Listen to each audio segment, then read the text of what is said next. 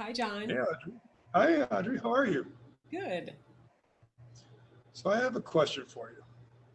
How do we go about taking the things we believe in and making them things we know?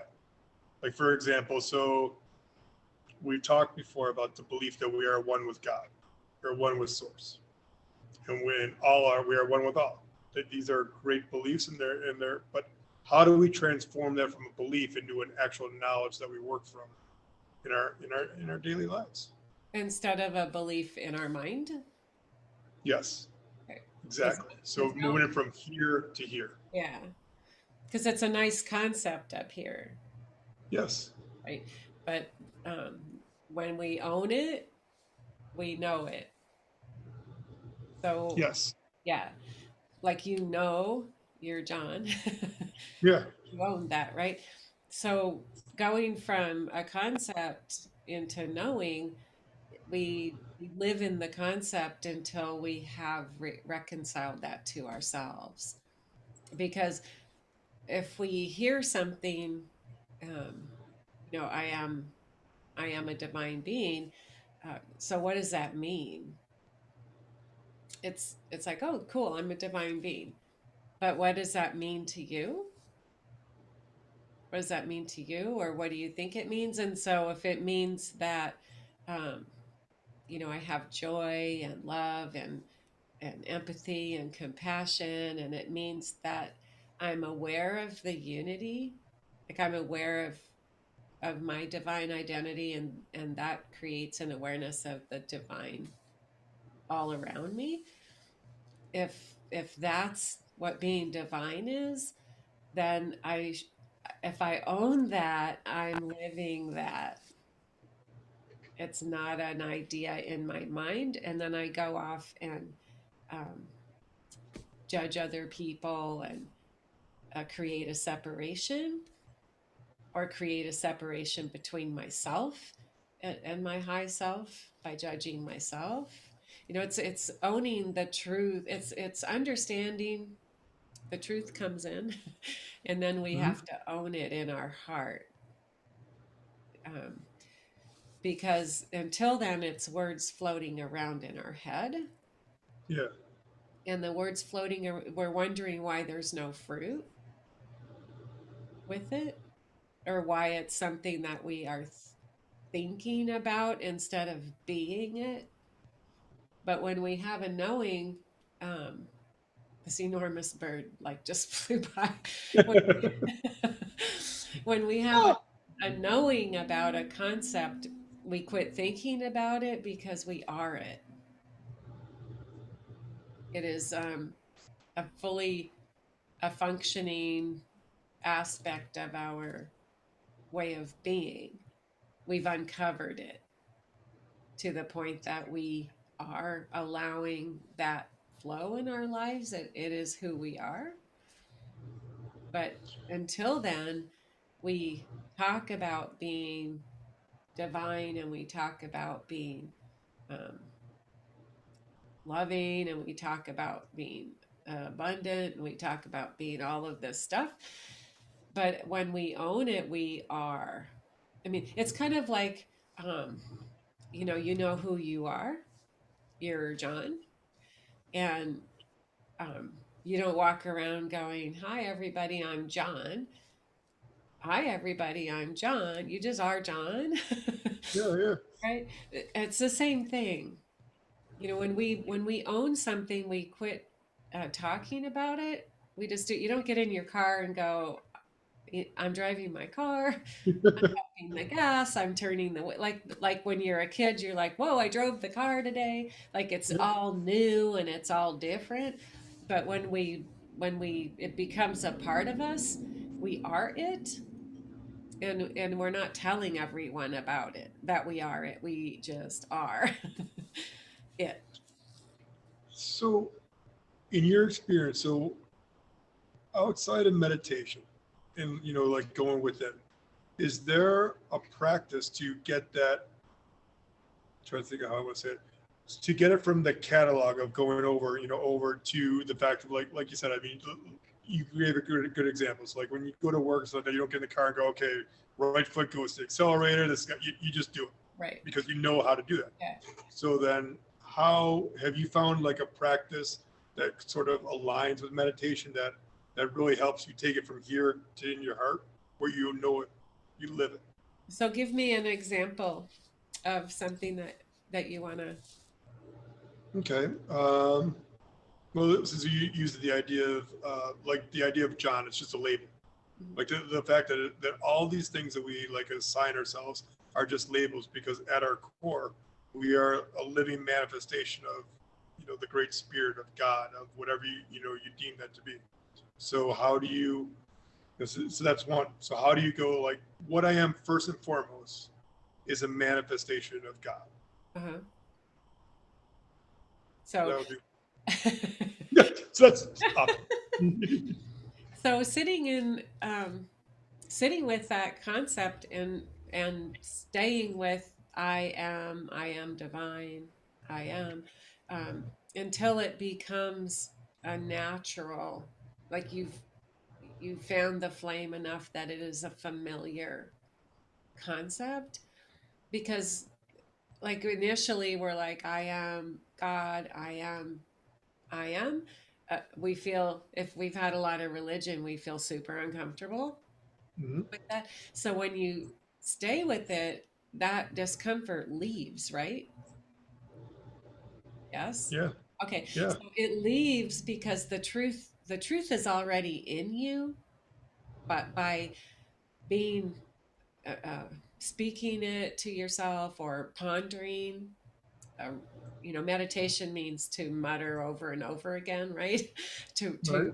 um, then you're exposing it. You're like opening the windows on who you really are, and you're giving life to that concept within yourself, and you're beginning to own it. And then after a while, we're all saying, I am divine. Like it's a natural thing to say. There's no um, rejection from within ourselves about it, Hmm. right? So, uh, staying with it, if you're not comfortable or you don't know that you're divine, stay with I am divine. What does that mean? What do I think about that? What are the first thoughts that come to my mind when I say that? What does it feel like in my gut when I say I am the divine? I am an offshoot of the source. What does that feel like inside to say that? Is there any hitch or holding back? And if so, stay with it. Like, what is that feeling inside of me? Like, if the truth is this, what is the resistance inside of me about that? It's a thought. It's a Hmm. thought about a concept about ourselves of, is it true or not? Am I worthy or not? Is this right or wrong? We have to settle those things, just like anything else in life that we choose to believe as truth. We have to settle it within ourselves. We do it with the negative, we just don't think about it. Like if somebody, you get criticism as a kid or something and you're like, oh, I'm a bad person.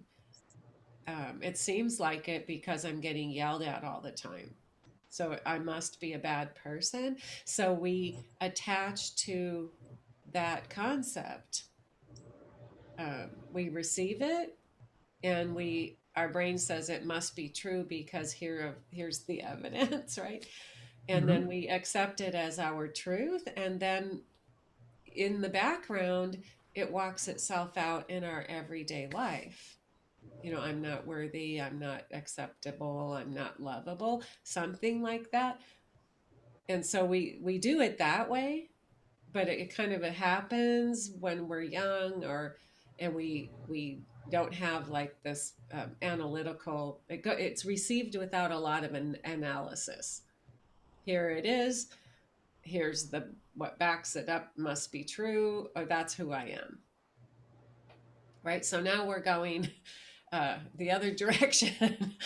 That's not who I am. Yeah. I am divine. So that our concept of our divinity, of our high self, of our powerful self, of our light, has to filter through that stuff, expose it, and we let it go. We let go of those concepts about ourselves, and then we begin to say, I am divine. That didn't have any reality. Like that was not a true, that's not a truth about me. That's an idea I thought was true about me. And And so, I because mean, we're oh, sorry. getting, we're as we're becoming familiar and we're fanning the flame, we're sensing and feeling that power, that sense of well-being, that it might come and go, but we know we're beginning to recognize it as being there. That love, right? We recognize, oh, I'm feeling so much love, and I'm feeling okay. I feel a sense of well-being. I'm feeling at peace with my life more than I'm feeling not at peace with my life. Like we're beginning to experience the power of divine love coming up within our lives as we begin to move into this awareness. So we're getting um, rewarded, so to speak, or uh, as that becomes more alive, we begin to live in that place more, and in our old concepts and thoughts about ourselves less. And then one day you'll be like, yeah, I'm divine. Now what? Yeah. Yeah, we have to No, get I to mean, the place we accept it as truth about ourselves. Like I am, I create, yeah, right? We have to believe that we do create our reality, or else anything to change the concepts about our life right now is not going to mean anything to us. But if we're like, I'm already creating my reality, the only way it's going to change is if I change, then I'm going to change. yeah. Yeah. Um, I remember, a couple of years ago when we first started talking about this kind of stuff, and you had mentioned that it's like birthright, and you are divine. And I remember, I was talking to me like having a pit in my stomach saying that, and Yeah. now it's like, hey, I'm like, yeah, I don't know about that. I'm like a lot of Catholicism that says, whatever. But so that is pretty much gone. So I mean, I understand the process. I guess I was wondering too, like, so as you mentioned, like when you go back and forth, where you feel mostly like this, but then all of a sudden you can veer off and things are like, this is not who I am. Yeah. Because there's so much power in the words I am. Do you think it's better? Like, have you found it's better to be like, this is not me, or this is not my creation? Like avoiding, instead of saying I'm not that.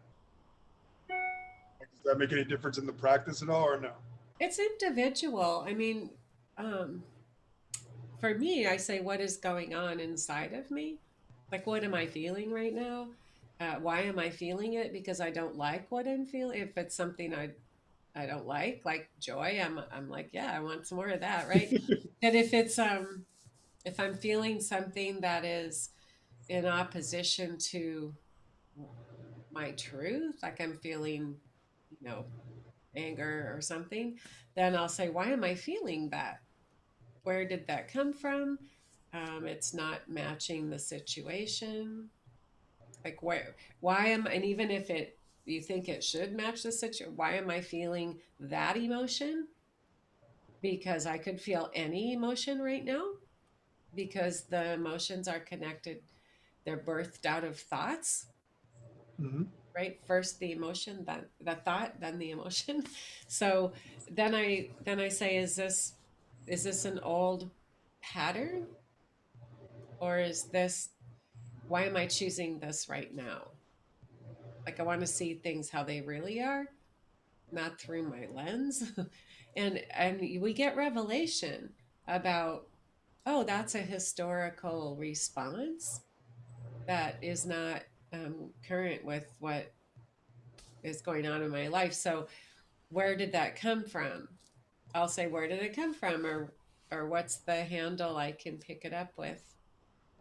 like so that I can remove it and Yeah. replace it with the truth. Because I don't say, oh, I'm not that, I'm not this, I'm not that. I just say that's not the truth about me or my life. So what is the truth? This is the truth. Like It's really interesting. Yeah. That's it. if it was an old like a survival habit or something, you can say that, that I honor that choice for then because that was the best choice that I could make or the process that kept me alive or something like that. And then, but that's not loving to myself today. That's not a loving way to be. And if we line up what is going on inside of us against is this loving or not loving, then we say, well, okay, what's the truth? And it's everything is rendered powerless when we take the power away. But when we look at something and we feel it, then we're giving it power. If you're afraid of something, you're giving it power. If you're uh, if you're empowering all the things you don't want, what's empowering the things that you do? I think it's real. I mean, when you were just explaining it, I think it was really really helpful. About it's really interesting how you ask questions because even just like the things that struck out when you mentioned is like is this, why is this? And it's like those are not as powerful as I am this or I am. And it's like it really diffuses a lot of the fallacy, I guess you would say. Mm-hmm.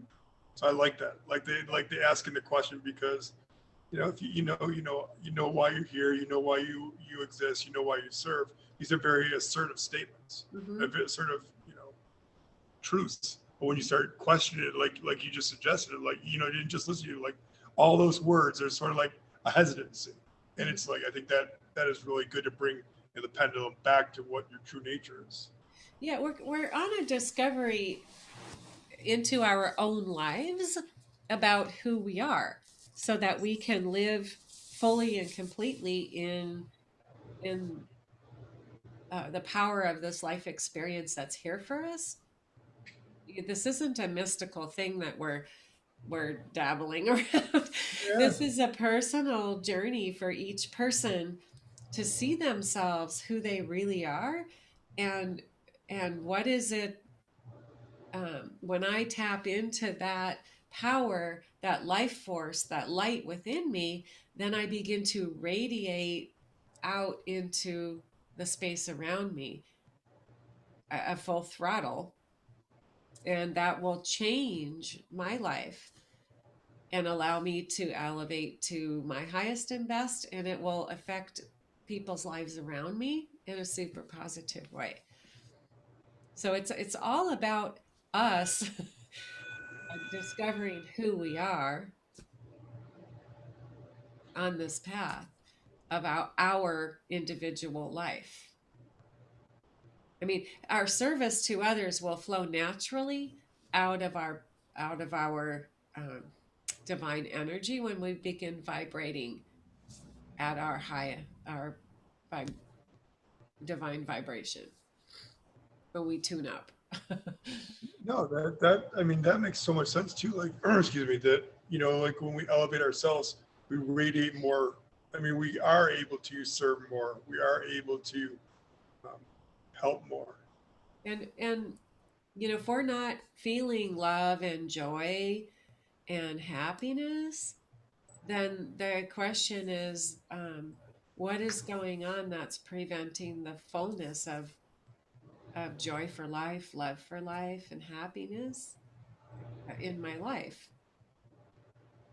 Because, um, not saying, why is this happening to me? That's appeals to the ego, and you'll start answering the question out of your mind. But what is happening? What now? What can I do to change this? What's the truth? Why am I feeling this? Where are these feelings coming from? Because if we begin to see ourselves on an active journey, playing an active role of fully exposing our divine life, then we begin to the questions, the participation in the process is is a lot more appealing because you feel like you're getting somewhere. We're not just tapping into spirituality once in a while. Like we are spiritual beings. Hmm. We're not just learning how to tap in once in a while when it's convenient, when we're uh, confused, lost, or afraid in our human existence. We're confused, lost, and afraid in our human existence because we're not tapped in. We're not tapped. Yeah. It, I thought it was just interesting when you just as you were speaking, like, which is very unique, I think, to you, is that the term "we," because I think so many spiritual paths talk about like subscribing to certain dogma, if you will, or certain thing that it's very subservient. But this is talking about a relationship of creation with the divine, working hand in hand. And I think it's very novel and it's very natural, actually. Yeah, and would if you blew yourself out into millions of people, everyone has a fragment of your light. Would you try to organize people into a religion that created fighting and hate and judgment? No. No, No, there's the books, the stories, they're all pictures of our walk on this earth. They're pictures for us so that we can use that to evolve. There's stories about our individual psychological drama, so to speak, along our yeah, pathway, right? Um, it's when we grab it and try to organize people and then you're going to start adjusting and shifting things around to match the politics and to control the people, but there's no need to control the people. Each person is divine. The divine is moving through each person's life. We're wanting them to discover that individually. Then you don't need to worry about all this stuff going on because a person will be tapped into the truth, the life, the love, the power. People do horrible things because they feel like they're losing power. They don't have enough, right? But yeah. the divine is not that way. There's always enough, there's more than enough. And we're infused with that ability to learn who and what we are and begin to manifest um, power in our lives, elevating ourselves and having That's joy and love and life happening. We're experiencing it individually within ourselves, and we will find our way into doing something that's going to serve others or serve the planet. But we want to find something to do that's going to give us joy. yeah. Have joy, and it will lead you. And I think that goes back, almost comes like full circle about like how we were, started off talking about like from believing and knowing to knowing that not only am I divine and you're divine, but everyone and everything is divine. And so, there could be times when we might misinterpret or, things don't appear that way, but they still are that way. And I think it helps to alleviate a lot of just frustration, maybe, or confusion with our surroundings. I mean, we only know what we know, and then we observe everything else that's happening. And we have to really apply discernment about what we're going to put energy into. You know, what's really happening here. You know, what's really Right. happening out out there, right? Yeah. Right. And Um, where do I have peace about it, or um, and it will be different for each person. But as we evolve into knowing more and more of our inheritance, our heritage as spiritual beings, then we're less and less attached to and less affected by all of the maneuverings of people all around us because we know who we are. We know the power that's in us and we stand in that. We don't need everyone to agree with us and we don't need to follow a herd somewhere, right? Yeah. We're able to stand in our Awesome. individuality quietly. We're not demanding everybody stand in it with us either. We'll end it with that one. Okay. That was awesome.